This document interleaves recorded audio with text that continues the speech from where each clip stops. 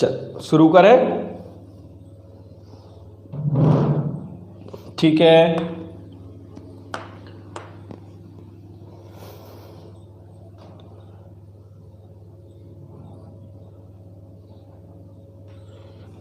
आज थोड़ा सा बोर्ड क्लियर नहीं है, मुझे ऐसा क्यों लग रहा है। एक सेकंड बोर्ड पे लिख देता हूं, है ना। अव्यय या फिर अविकारी।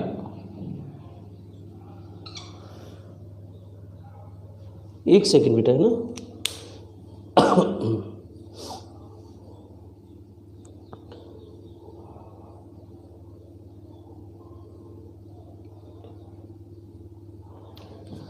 चलिए चलिए क्लियर है। ओके, थोड़ा सा बड़ा बड़ा लिखा करेंगे, ठीक है राहुल, कोई दिक्कत नहीं है।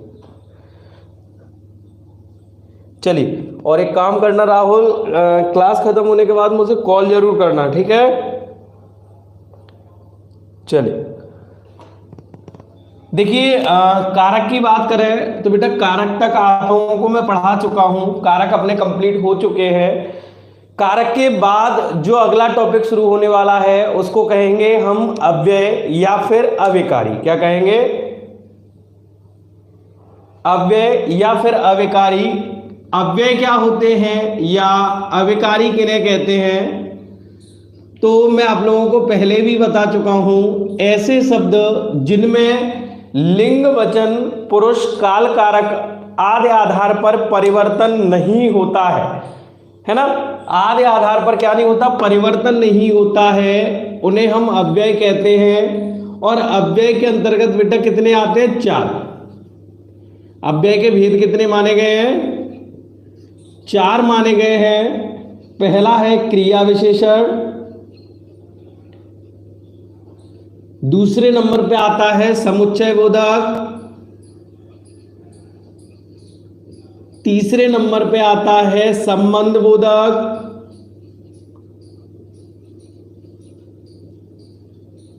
और चौथे नंबर पे आता है विस्मयादि बोधक,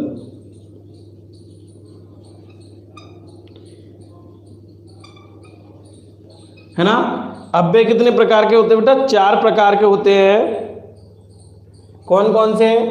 क्रिया विशेषण, समुच्चय बोधक, संबंध बोधक, विस्मयादि बोधक। ये अपन शुरू करेंगे। तब तक के लिए आप पिछला वाला अगर किसी को कोई डाउट हो तो पूछ सकते हो।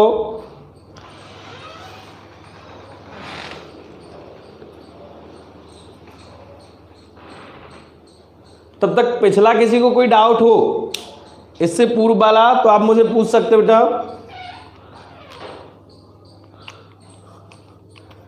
इससे पहले वाले में किसी को कोई परेशानी हो रही हो?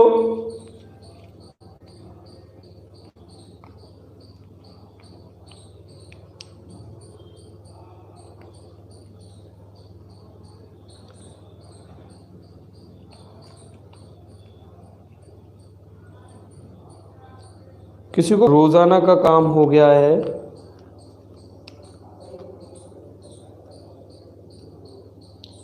परिभाषा बता रहा हूं बेटा, है ना। इसकी परिभाषा बता देता हूं। चल, ऐसे शब्द जिनमें लिंग, वचन, काल, कारक आदि आधार पर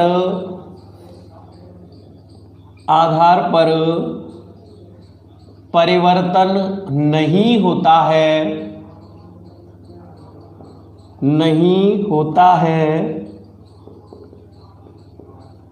उन्हें विकारी या अव्यय शब्द कहते हैं।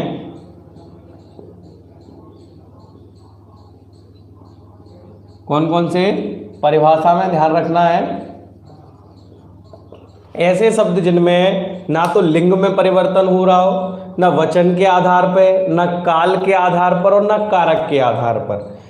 परिवर्तन यानी कि चेंज नहीं होता हो, उन्हें हम विकारी शब्द कहते हैं और विकारी को ही अव्यय के नाम से जाना जाता है। और इसके कितने भेद हैं बेटा? 4 भेद हैं, ध्यान रखना। कौन कौन से? क्रिया विशेषण, समुच्चय बोधक, संबंध बोधक और विस्मयादि बोधक। ठीक है, सबसे पहले वाले को समझेंगे क्रिया विशेषण को। सबसे पहले कैसे समझेंगे? क्रिया विशेषण को समझेंगे। अब आप देखेंगे कैसे, तो याद रखना जो अविकारी शब्द होते हैं इन शब्दों में लिंग वचन नहीं होते, यानी कि ये शब्द कभी भी आए लेकिन इनमें कभी भी स्त्रीलिंग, पुल्लिंग या एक वचन बहुवचन नहीं होगा, याद रखना, इसीलिए इनको अव्यय कहा जाता है। इसमें सबसे पहले पढ़ेंगे क्रिया विशेषण। क्या होता है क्रिया विशेषण? तो आपको अच्छे से पता चल रहा है, विशेषण मैंने पढ़ाए थे, विशेषण में पढ़ाया था कि जो संज्ञा या सर्वनाम की विशेषता बताएं उन्हें विशेषण कहा जाता है। लेकिन ये क्रिया विशेषण है, तो काय की विशेषता बताए? क्रिया की विशेषता बताए, उन्हें हम क्रिया विशेषण कहते हैं। तो इसकी परिभाषा देख लेंगे, सबकी परिभाषाएं थोड़ी थोड़ी सी मैं लिखाता जा रहा हूं। क्रिया की विशेषता बताने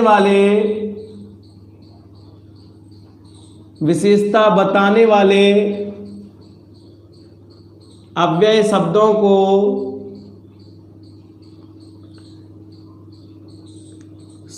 को क्रिया विशेषण कहते हैं।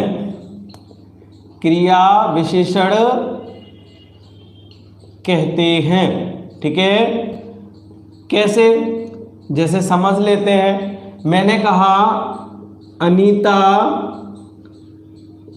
धीरे बोलती है। अनीता धीरे बोलती है। अब जो धीरे शब्द है वो किसकी विशेषता है? अनीता की विशेषता है या फिर बोलने की? तो आपको पता हो जो धीरे शब्द है वो बोलने की विशेषता है, और बोलना यहां बेटा क्या है? क्रिया है। बोलना क्या है? क्रिया है। तो जहां पर क्रिया से पहले कोई शब्द आए और वो क्रिया की विशेषता बताए तो उसे हम क्रिया विशेषण कहते हैं। क्या कहेंगे बेटा? क्रिया विशेषण। कोई शब्द क्रिया से पहले प्रयोग होकर क्रिया की विशेषता बताए तो उसे हम क्रिया विशेषण कहते हैं। क्लियर है? हाँ राहुल बेटा, विकारी और अविकारी। विकारी इससे पहले करा चुका हूं, संज्ञा सर्वनाम है ना, क्रिया विशेषण जो थे वो हो चुके हैं। कान्हा जी कुछ पूछना है बेटा? यहां तक क्लियर हुआ क्या? क्रिया विशेषण के भेद होते हैं बेटा 4। कितने भेद होते हैं? 4 भेद होते हैं। कौन कौन से होते हैं देख लो। भेद माने गए हैं 4। पहले वाला होता है उसको कहते हैं कालवाचक क्रिया विशेषण। कालवाचक क्रिया विशेषण। दूसरा होता है स्थानवाचक क्रिया विशेषण। तीसरे नंबर का होता है उसको कहते हैं परिमाणवाचक। तीसरा कौन सा होता है बेटा? परिमाणवाचक। और चौथे नंबर पे जो होता है उसको कहते हैं रीतिवाचक। उसको क्या कहेंगे? रीतिवाचक। ठीक है, याद रहेगा, किसी को कोई परेशानी तो नहीं? जो शब्द किसी क्रिया से पहले लगे और वो क्रिया की विशेषता बताएं तो उन्हें हम क्रिया विशेषण कहते हैं। क्रिया विशेषण के भेद होते हैं बेटा 4। कालवाचक, स्थानवाचक, परिमाणवाचक और रीतिवाचक। तो काल क्या होता है? मैंने आप लोगों को पढ़ाया था बेटा, काल माने होता है समय।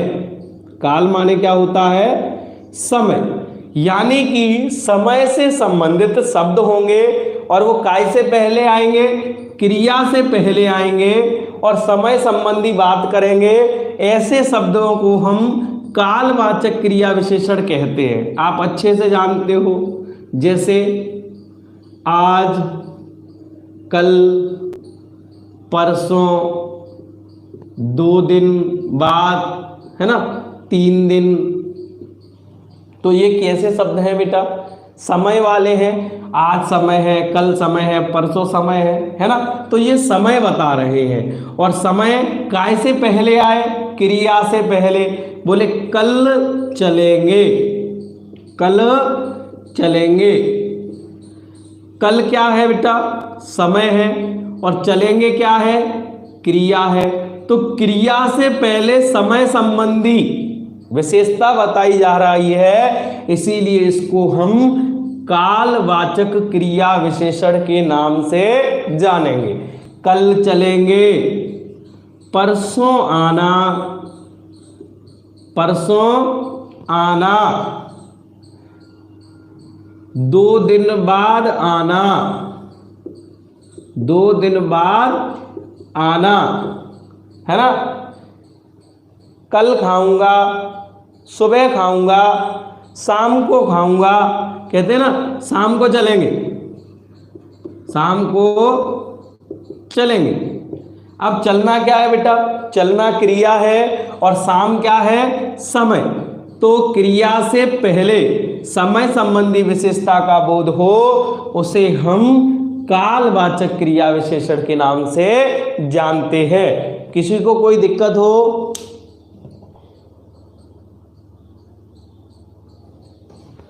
नहीं, कब बोला था बेटा? विकास कुटिया,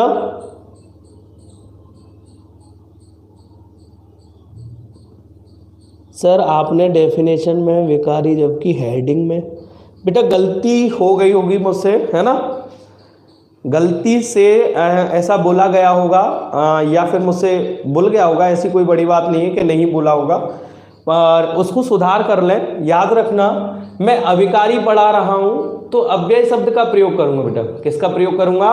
अव्यय का मतलब ही अविकारी होता है। फिर परिभाषा में कैसे, है ना, किस प्रकार से संबंध समझ में नहीं आया।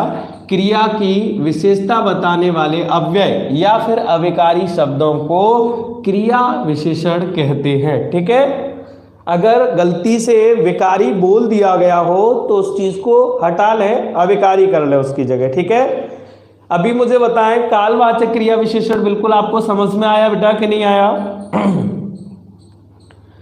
कालवाचक क्रिया विशेषण क्लियर हुआ क्या? आप सभी बताएं बेटा। यस सर, ओके बेटा। अगला देखेंगे, कालवाचक के बाद इसको क्या है, मुझे हटाना पड़ेगा, बोर्ड इतना बड़ा नहीं है ना, और ज्यादा छोटा अपन लिख नहीं सकते, इसीलिए। चलिए, इसके बाद काल हो गया, उसके बाद बेटा होता है स्थान।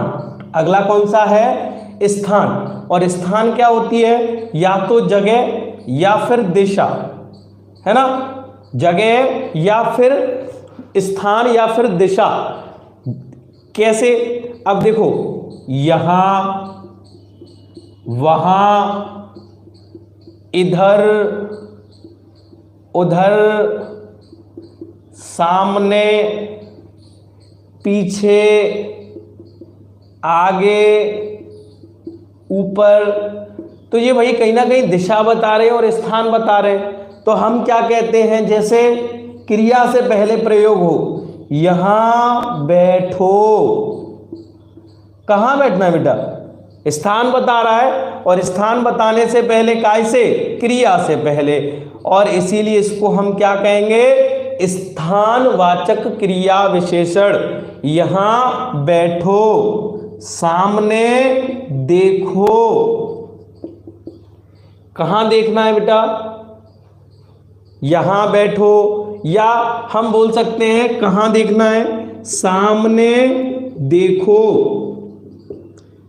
कहां देखना है? सामने देखना है। तो इस देखना क्या है बेटा?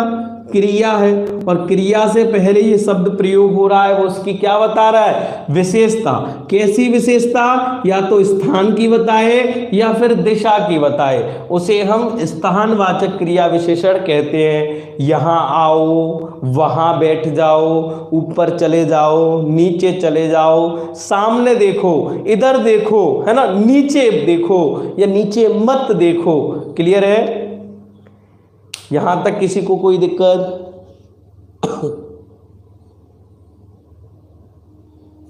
घड़ी का समय नहीं आएगा, कैसे आएगा बेटा घड़ी का समय? कालवाचक में हाँ लिख सकते हैं, 2 बजे मिलना, 2 बजे मिलना, घड़ी का समय आ जाएगा ना, 2 बजे मिलना, कहते ना तुम मुझे 2 बजे मिलना, तो उस क्रिया को होने का समय हो गया बेटा। उस क्रिया की विशेषता क्या है कि वो कितने बजे होगी, 2 बजे होगी, वो भी समय संबंधी है, तो उसको कालवाचक में ही रखेंगे अपन। ठीक है सिद्धार्थ, यहां तक क्लियर हुआ बेटा? अगला देखेंगे परिमाणवाचक। अगर नहीं क्लियर हुआ हो तो पूछ लेना, कोई बात नहीं बेटा, है ना। कुछ भी चीजें छूट रही हो या क्लियर नहीं हो पा रही हो तो आप बिना किसी परेशानी के आराम से पूछ सकते हैं मुझे, ठीक है? हाँ मयंक जी बिल्कुल। क्रिया विशेषण में ही तीसरे नंबर का देखेंगे बेटा। तीसरे नंबर के में क्या कहा जाएगा? तीसरा है परिमाणवाचक। कौन सा है बेटा? परिमाणवाचक। परिमाण मैंने आप लोगों को पहले ही बता चुका हूं, क्या होता है परिमाण बेटा? परिमाण होता है किसी चीज को तौलना, मापना या नापना, है ना, नापते हैं अपन, तो ऐसी क्रिया जिसको तौला मापा जाए, उस क्रिया की विशेषता हो तौलने मापने वाली। जैसे दौड़ना कितना है?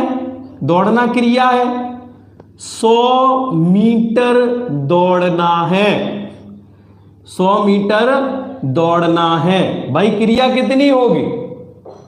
क्रिया कितनी होगी? 100 मीटर होगी। तो दौड़ने की विशेषता क्या हो गई? दौड़ेगा कितना बेटा वो? 100 मीटर, और मापा जा रहा है इसीलिए परिमाण है। आपने कई कई बार सुना होगा, जैसे हम बेंच पे बैठे होते हैं, बगल वाला कहला थोड़ा खिसक, कहते हैं ना थोड़ा खिसको, क्या कहते हैं बेटा? थोड़ा खिसको। तो खिसकना बेटा क्या है? क्रिया है, और क्रिया हो कितनी रही है? थोड़ी हो रही है, मात्रा बता रही है, और मात्रा बताएगी इसीलिए कौन सा है बेटा? परिमाणवाचक, है ना। 10 फुट गड्ढा खोदो, गड्ढा खोदो। भाई गड्ढा कितना खोदना? 10 फीट खोदना है ना। या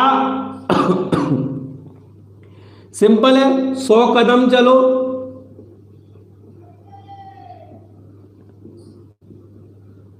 चलना कितना है बेटा? 100 कदम चलना है, तो चलने की विशेषता 100 कदम। खूब खाओ, खाना कितना है? खूब, खूब खाओ, तो खूब भी विशेषता है खाओ की। तनिक ठहरो, ठहरना एक क्रिया है, और कितना? तनिक, तनिक माने थोड़ा, थोड़ा खाओ, कम खाओ, ज्यादा खाओ, है ना। थोड़ा खिसको, जरा रुको, है ना।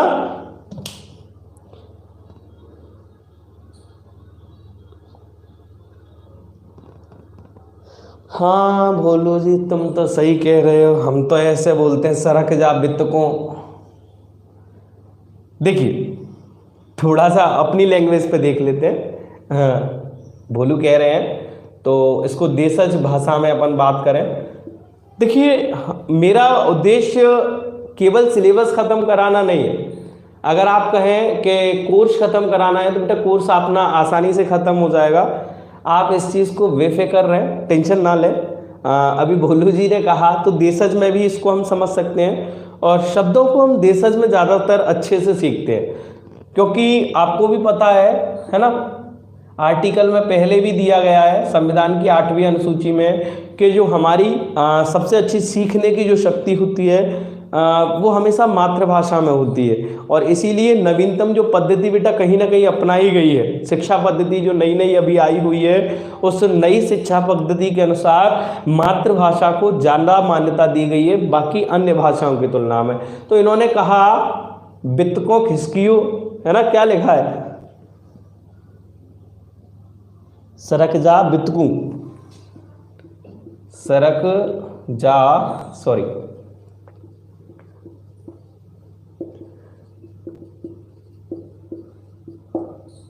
देखो सरक जा बितकों का अगर मतलब निकालते हैं तो सरकना बेटा क्रिया है, सरक जो शब्द बना है वो सरकने से बना है और ये क्रिया है, और बितकू मतलब होता है उधर की तरफ, है ना, उधर की तरफ। और तो उधर, इधर उधर क्या कर रहा है बेटा, दिशा निर्देश कर रहा है, क्या कर रहा है, दिशा निर्देश कर रहा है। और दिशा निर्देश करेगा तो बेटा काय में जाएगा, स्थानवाचक में जाएगा। नेक सरकियो,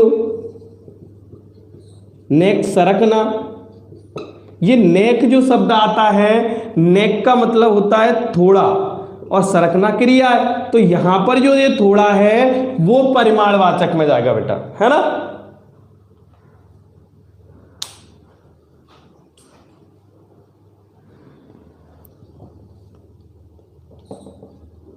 अभी क्लियर है क्या, बोलू,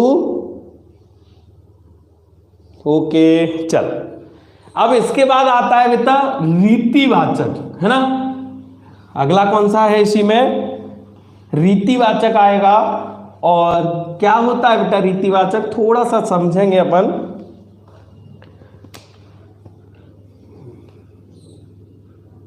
रीतिवाचक, देखो रीतिवाचक होता है क्रिया के होने का तरीका, क्रिया के होने का तरीका, अर्थात क्रिया हो कैसे रही है, क्रिया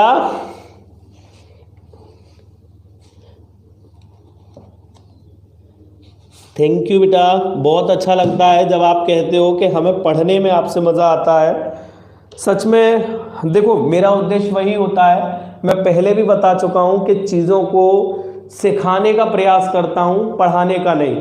चीज़ें सीख जाओगे तो कहीं से कहीं तक आपको परेशानी नहीं होगी, लेकिन केवल आप पढ़ोगे तो पढ़ने में आप अच्छे से जानते हो बेटा, हम कुछ ना कुछ चीज़ें भूल जाते हैं लेकिन सीखने में नहीं भूलते।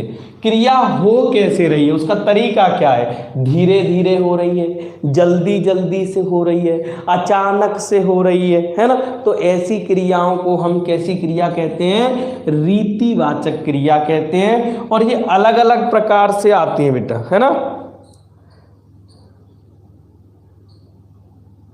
ऑफलाइन की बता दें बेटा 21 तारीख से सुनने में आ रहा है, परंतु कंफर्म नहीं है ना। हाँ बिल्कुल बेटा, कोई दिक्कत नहीं है, आराम से हो जाएगा, है ना। देखो इसमें देखेंगे अनिश्चितवाचक अलग होते हैं, अनिश्चितवाचक होती है ये अलग से। अनिश्चितवाचक में पता चलता है कौन कौन से आते हैं, शायद आपने सुना होगा, शायद आएंगे, शायद आएंगे, पता नहीं। अक्सर, अक्सर का मतलब भी वही होता है कभी कभी, अक्सर आता रहता है। अब कब कब आता है ये थोड़ी अपन को पता है। प्रायः, प्रायः का मतलब भी वही होता है कभी कभी, है ना। तो ये अनिश्चितवाचक में जाती है। दूसरा होता है निश्चितवाचक। अगला कौन सा होता है बेटा, निश्चितवाचक। और निश्चितवाचक में क्या होगा, जरूर चलेंगे, चलेंगे, चलेंगे से पहले क्या आ रहा है, जरूर चलेंगे, अवश्य, है ना, अवश्य चलेंगे, बेशक चले जाओ, ये भी इसी में आता है। बेशक चले जाओ, बेशक का मतलब होता है बिना शक किए हुए, है ना। सचमुच कहा होगा, सचमुच कहा होगा, तो ये भी इसी में आता है। अगला होता है जिसको कहते हैं आकस्मिकता बोधक। आकस्मिकता बोधक, आकस्मिकता का अचानक से होने वाला, है ना।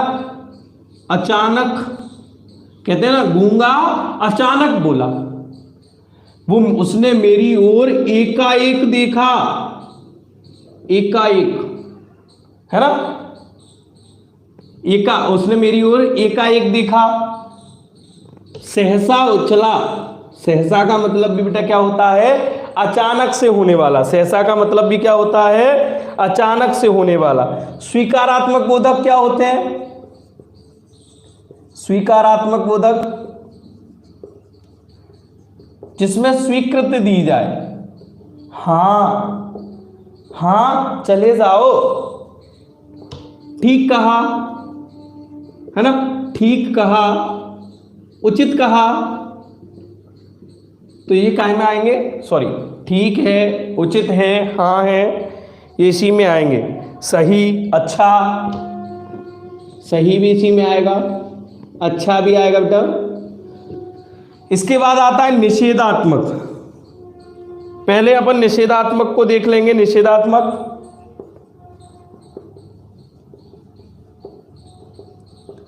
निषेधात्मक बोधक कौन से होते हैं, ना कहो, मत बोलो, नहीं चाहिए, कहते कि नहीं कहते, नहीं जाना, जाने से पहले नहीं लग गया, नहीं जाना, मत देखो, मत खाओ, मत बैठो, है ना।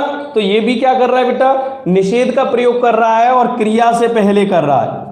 अगला आता है इसी में अवधारक मूलक। अवधारक मूलक, और अवधारक में क्या होता है, इसी को हम निपात कहते हैं बेटा, मैं पहले ही पढ़ा चुका हूं। निपात कहते हैं, ही, तक, भर, है ना। आपने सुना होगा, मैं ही चला जाऊं, मैं ही, है ना। तो ये निपात में आएंगे। और एक होता है आवृत्ति मूलक।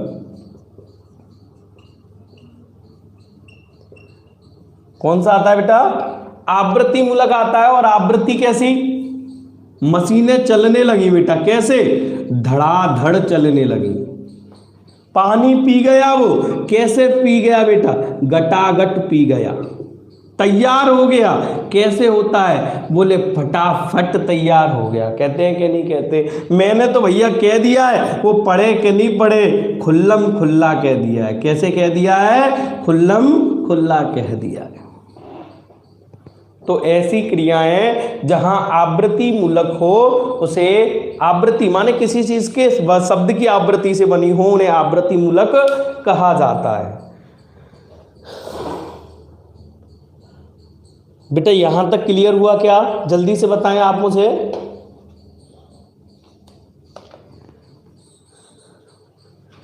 जल्दी बताएं, यहां तक किसी को कोई परेशानी, क्लियर है, वेरी गुड बेटा, थैंक यू। चलो, क्रिया विशेषण अपना टॉपिक समाप्त हुआ। क्रिया विशेषण के बाद अभी अपन पढ़ेंगे समुच्चय बोधक। क्या पढ़ेंगे, समुच्चय बोधक।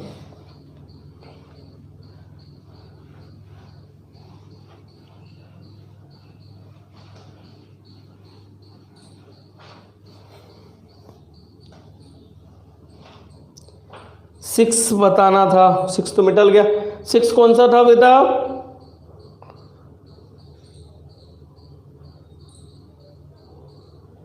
सिक्स वाला कौन सा था, एक बार रिपीट करें धीरज।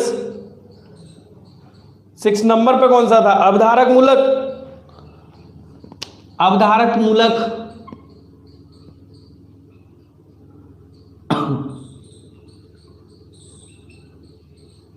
यही था। ओके ओके ओके, देखो, ही, तक, भर, है ना, इनको निपात कहते हैं बेटा। क्या कहते हैं? निपात कहते हैं। और देखो कैसे ये अव्यय होते हैं, याद रखना कभी भी अगर प्रश्न पूछा जाए तो ये अव्यय होते हैं, पता होना चाहिए निपात को। मैं ही चला जाऊं, चला जाऊं, कहते कि नहीं, मैं ही चला जाऊं। इस मकान में एक ही दरवाजा है, एक ही दरवाजा है। कितना है बेटा? एक ही। तो होना जाने से पहले ही का प्रयोग कर रहे हैं, इसीलिए नहीं बेटा, क्यों रटने पड़ेंगे? क्यों रटने पड़ेंगे बताओ? स्वीकृति देते हैं तब हम बोलते हैं हाँ ठीक है, हाँ चले जाओ, बेशक चले जाओ। निश्चित में करते हैं तब कहते हैं कि नहीं? निश्चित में कैसे? सही कहा, उचित कहा, है ना, सचमुच चले जाओ। और अनिश्चित होते हैं तो क्या कहते हैं? शायद चलेंगे, है ना। हम शायद कब लगाते हैं? जब अनिश्चित होते हैं। तो इसमें रटने वाली बात क्या है ना। चलो अगला देखेंगे, समुच्चय बोधक अव्यय।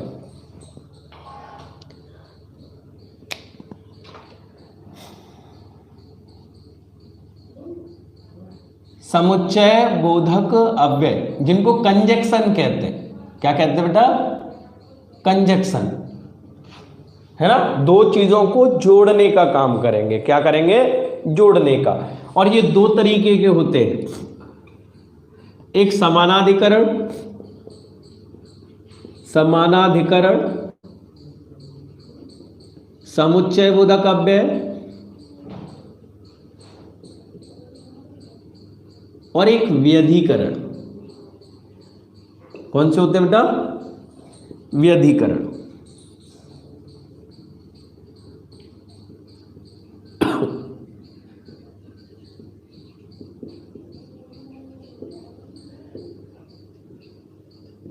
देखिए समानाधिकरण क्या होता है? जहां पर दो समान उपवाक्यों को, है ना, दो समान उपवाक्यों को या दो समान शब्दों को या दो समान पदों को आपस में जोड़ा जाए, उसे कहते हैं समानाधिकरण। जैसे और,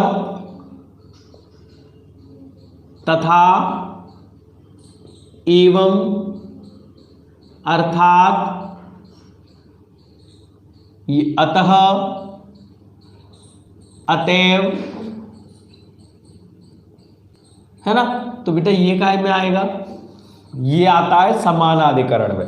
आपने देखा होगा राम और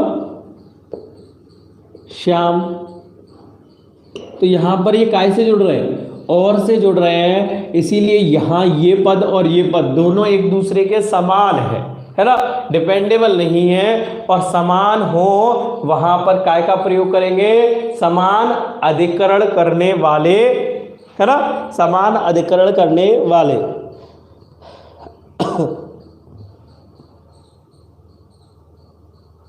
हाँ सर बिल्कुल आ जाएगा, रटने वाली बात कहीं से कहीं तक भी नहीं है। नहीं आया तो पूछ सकते हो, कोई दिक्कत नहीं है। और व्यधिकरण होता है जो एक दूसरे पर डिपेंडेबल हो, जैसे कि, ताकि, क्योंकि, इसलिए कि, इसलिए कि, लेकिन, किंतु, परंतु,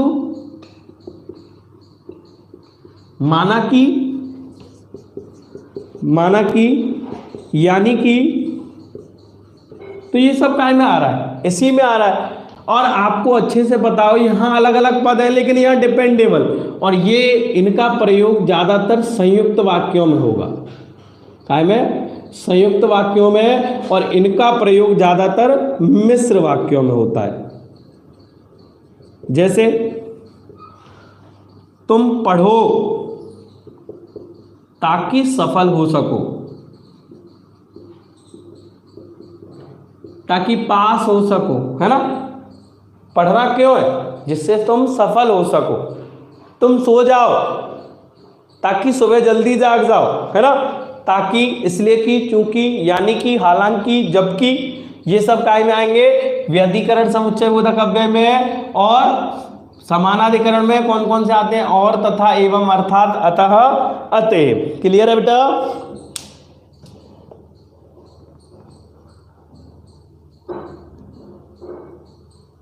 हाँ बेटा, कंजक्शन है बेटा, बिल्कुल। देखो डेफिनेशन लिख लो, दो समान शब्दों या पदों या वाक्यों को परस्पर संयुक्त करने के लिए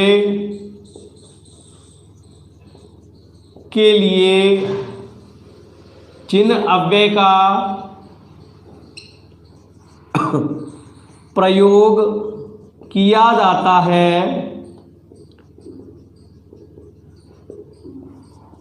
उन्हें समानाधिकरण समुच्चय बोधक अव्यय कहते हैं।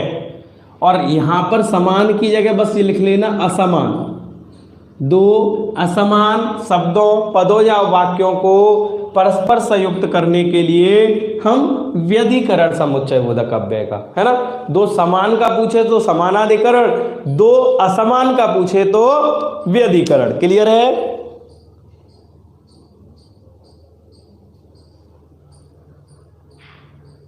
जल्दी करें। यहां तक क्लियर हुआ क्या बेटा? देखो जब भी समानाधिकरण की बात करें तो लिख लेना दो समान शब्दों या पदों, और व्यधिकरण की पूछे तो दो असमान शब्दों या पदों, शब्द या पद बेशक मत लिखना यहां पर, दो, जैसे नीचे वाले की डेफिनेशन लिखनी है तो लिखना दो असमान उपवाक्यों को, दो असमान उपवाक्यों को परस्पर संयुक्त करने के लिए, क्योंकि आपको पता है लेकिन, किंतु, परंतु से वाक्य जोड़ते हैं, शब्द नहीं, है ना। चलिए अब देखेंगे तीसरे नंबर का संबंध बोधक अव्यय।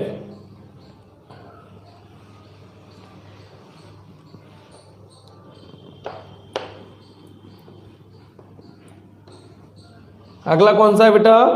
संबंध बोधक अव्यय।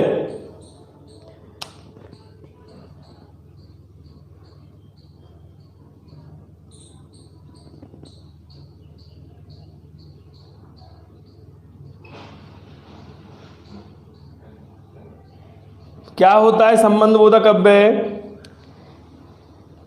ऐसे अविकारी शब्द जो किसी संज्ञा या सर्वनाम के बाद जुड़कर, ऐसे अविकारी शब्द जो किसी संज्ञा या सर्वनाम के बाद जुड़कर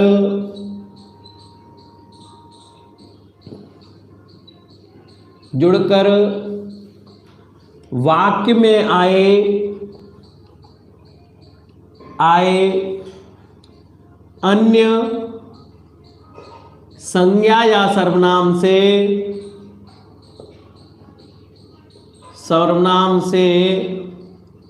संबंध दर्शित करते हैं, संबंध दर्शित करते हैं, उन्हें संबंध बोधक अव्यय कहते हैं।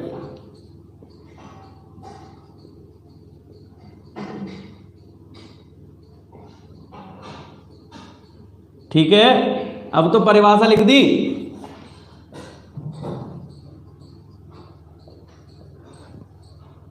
ठीक है, हाँ बेटा, संबंधवाचक सर्वनाम नहीं है ये, अव्यय है, अव्यय। प्रोनाउन कैसे हो सकता है? देखो तो आपने देखा होगा इसके आते हैं जैसे के बिना, की खातिर, की वजह, है ना, से पहले के बाद में, है ना, से पहले के बाद, के आगे के पीछे,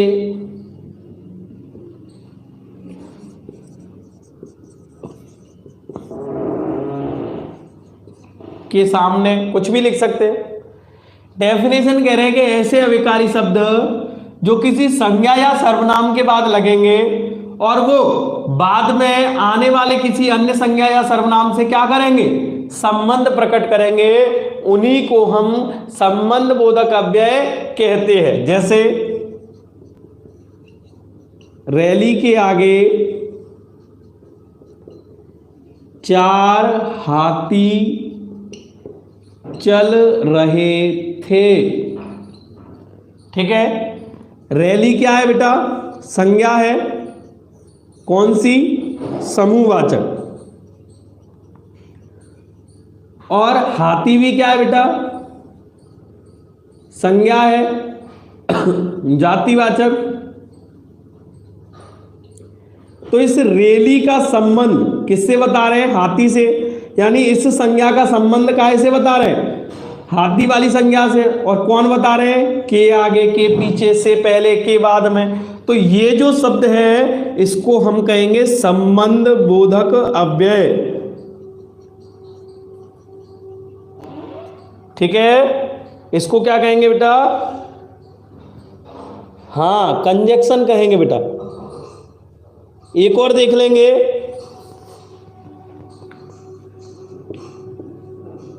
बाहर जाने से पहले तुम मुझसे मिलना, या तुम बाहर जाने से पहले मुझसे मिलना। तो तुम्हारा संबंध मुझसे हो रहा है, तुम सर्वनाम है, और मुझसे भी क्या है, सर्वनाम है। और यहां पर से पहले क्या कर रहा है, एक दूसरे के मध्य संबंध बता रहा है, इसीलिए इसको हम संबंध बोधक अव्यय कहेंगे। यहां तक बेटा क्लियर है क्या, जल्दी बताएं। इसके बाद केवल एक रह गया है विस्मयादि बोधक अव्यय, उसे और कर लेते हैं।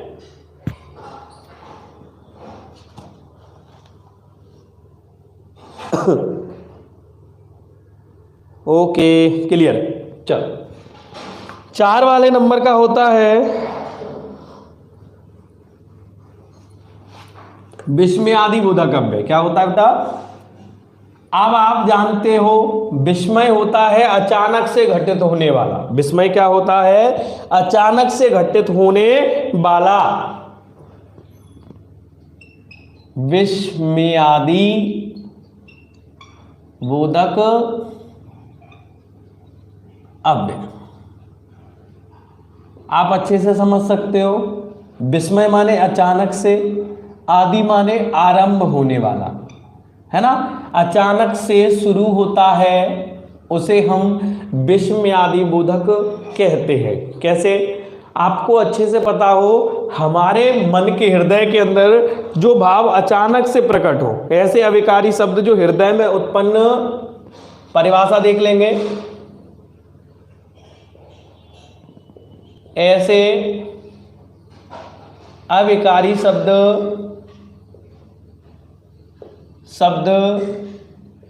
जो हृदय में उत्पन्न हर्ष, शोक, क्रोध, घृणा, आश्चर्य,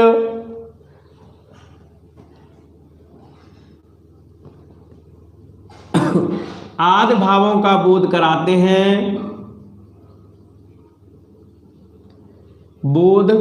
हैं, उन्हें विस्मयादि बोधक अव्यय कहते हैं।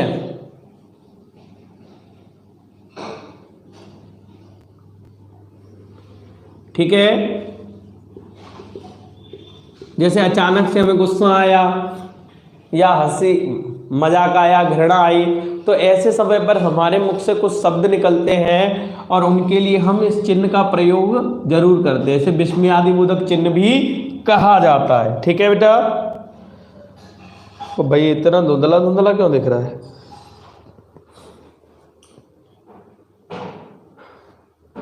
देखेंगे कैसे बेटा, थोड़ा सा समझ लेते हैं। जैसे आपके मन के विचार आ गया आश्चर्य वाला, और आश्चर्य में अरे है, बोलते कि नहीं बोलते है, ऐसा हो गया। ओ तो ये काय में आएगा? आश्चर्य में आएगा। खुशी हो जाए तो, हर्ष आ जाए तो क्या कहें? वाह, मजा आ गया, धन्य, जय हो। करते कि नहीं करते? प्रशंसा करनी हो किसी की, शाबाश शाबाश, बहुत बढ़िया बहुत बढ़िया, है ना। घृणा आ जाए, घृणा, छी, जैसे सड़ा सड़ा कुत्ता दिख जाए तो तुरंत मुंह से निकलता है छी।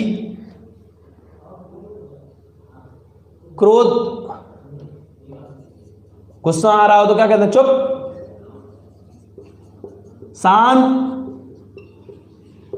दूर हटो, कहते क्या नहीं कहते? दूर हटो। यही आपके मन के अंदर भय आ जाए, भाई मैं बाप रे बाप, कहते कि नहीं? बाप रे बाप, इतना बड़ा सांप था। हाँ बिल्कुल धीरज, बिल्कुल करेक्ट है। अनुमोदन, अनुमोदन में होता है एक तरीके से खुशी, अच्छा अच्छा, ठीक है ना। सही सही सही सही सही सही सही है, कहते कि नहीं कहते? सही है। विस्मयादिबोधक अव्यय में किसी को कोई परेशानी हो तो पूछ सकते हो। चलिए, और एक नोट जरूर समझ लेना। हाँ हाँ, ये सभी वाक्य के आरंभ में ही प्रयोग होते हैं। ये सभी सदैव वाक्य के आरंभ में ही प्रयोग होते हैं। ठीक है, ओके। चलिए, क्लास का समय समाप्त होने वाला है।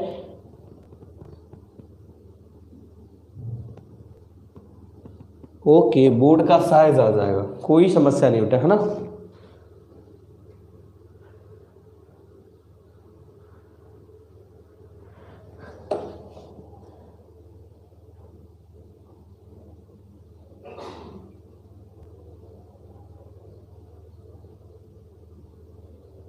बिल्कुल मोनिका जी, बिल्कुल सही है। बाकी सबका हो गया, विस्मयादि तक पढ़ चुके हैं। अभी अपन वाक्य पढ़ेंगे और वाक्य कंप्लीट होने के बाद वाक्य का विश्लेषण पढ़ेंगे और पदबंध पढ़ेंगे, है ना। और इसके बाद विराम चिन्ह भी पढ़ेंगे, ठीक है। और जैसे ही ये कंप्लीट होते हैं उसके बाद अपन रस पढ़ेंगे। ओके, जय श्री कृष्णा, राधे कृष्ण।